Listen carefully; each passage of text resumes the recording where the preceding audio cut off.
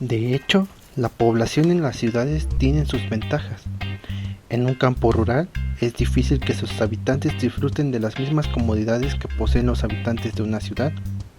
Asistir a una función teatral, por poner un ejemplo. Una ciudad tiene el poder de generar una preferencia de que la gente quiera vivir en comunidad a hacerlo en el aislamiento. El impacto visual de una ciudad se produce por quienes residen en ella o la visitan. Son la serie de edificios quienes reúnen una cantidad de personas que dan vida y proporcionan a la vez un impacto visual en conjunto que el que se daría si los contempláramos por separado.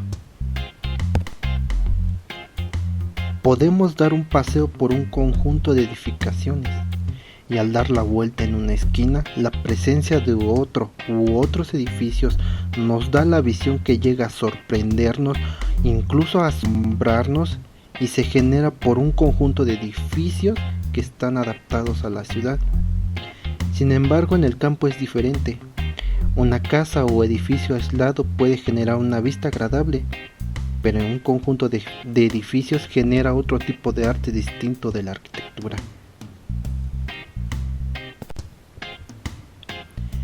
Existe un arte de relación del mismo modo que existe un arte de la arquitectura. La finalidad no consiste en estudiar todos los elementos que constituyen el conjunto. Para una ciudad, su ambiente es un acontecimiento dramático en el que interviene la cantidad de gente que participan en la creación y mantenimiento de la ciudad, que le dan vida, y un arte, como ya antes mencionado, distinto de la arquitectura. La idea de que la sorpresa y el drama pueden ser originados a través de una investigación científica. Esta no es suficiente para identificar a una ciudad. Hay muchos otros tantos factores que intervienen en el funcionamiento de una ciudad. No se trata de establecer un bienestar y un confort individuales, sino de establecer algo más que leyes. Es determinar algo más modesto y manipular los factores de la ciudad que intervienen en su funcionamiento. De hecho, con la visión resulta no solamente útil, sino que además tiene la virtud de afectar nuestros recuerdos y experiencias, todas aquellas emociones íntimas que tienen el poder de alterar la mente. Hay tres tipos de visiones que se aprecia cuando el ambiente provoca una reacción emocional, que son 1. La óptica, 2. El lugar y por último tenemos el contenido. Referente a la óptica, se refiere al asombro que se aprecia en la ciudad y a los escenarios fragmentados que se nos revelan al dar un paseo por una calle, una plazoleta, o al cambiar de lugar se toma una perspectiva diferente a la que denominamos visión serial, de tal forma que se produce un impacto en nuestras emociones, donde la mente del ser humano reacciona ante los contrastes, las diferencias y rasgos característicos.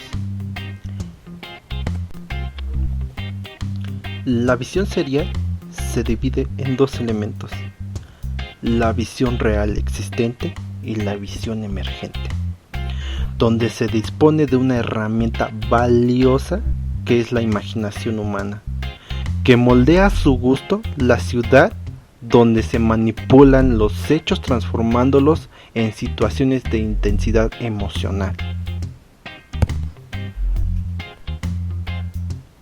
La segunda cuestión, que es el lugar, se refiere a nuestras reacciones que ocupan una posición en el medio que nos rodea, donde el autor usa tres expresiones: estoy afuera, estoy adentro, estoy en el centro de la habitación, que es el nivel de experiencias de impactos de exposición y encierro de un lugar en el que el ser humano está posicionado dentro de la ciudad o dentro de los edificios que conforman a la ciudad.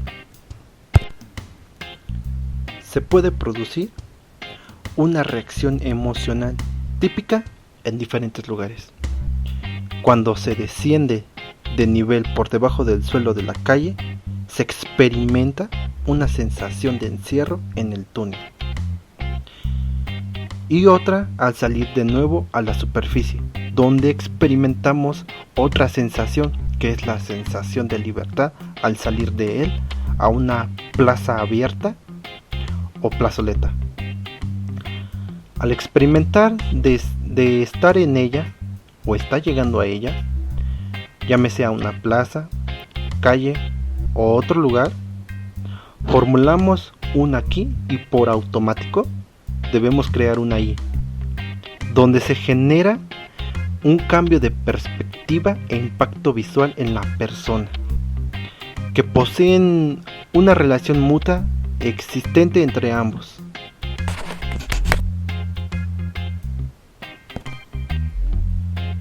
En la última categoría, que es el contenido, incluye la construcción en sí de una ciudad, con sus características de color, escala, estilo, carácter, personalidad y unicidad. En muchos casos, esa mezcla de estilos, materiales y proporciones constituye su principal encanto, pero el concepto de conformismo interviene mucho en una ciudad planificada, que resulta muy difícil de eludir, y se trata de que el conjunto ambiental sea resuelto no en conformismo, sino en una interacción de esto y aquello. En conclusión, tenemos 3 procedimientos para convertir un ambiente en un lugar de residencia para las personas, que son el movimiento, que nos referimos a la visión, la posición, que hablamos del lugar, y la del contenido, donde hablamos que el movimiento no consiste en una simple, conmensurable y útil progresión en la planificación de una ciudad. Descubrimos que el ser humano se da cuenta de su posición en el medio que lo rodea y su identidad es compartido para los demás y en todas partes.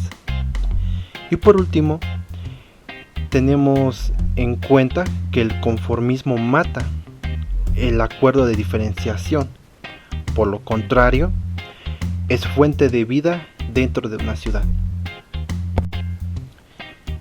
En los conceptos de este libro, Paisaje Urbano, de Gordon Cullen, se intenta levantar un mapa de tales jugadas o movimientos dentro de las 3 concepciones indicadas y ya antes mencionadas, en forma de series de situaciones que toman un impacto visual y emocional dentro de las personas y participa en la planificación del diseño de una ciudad.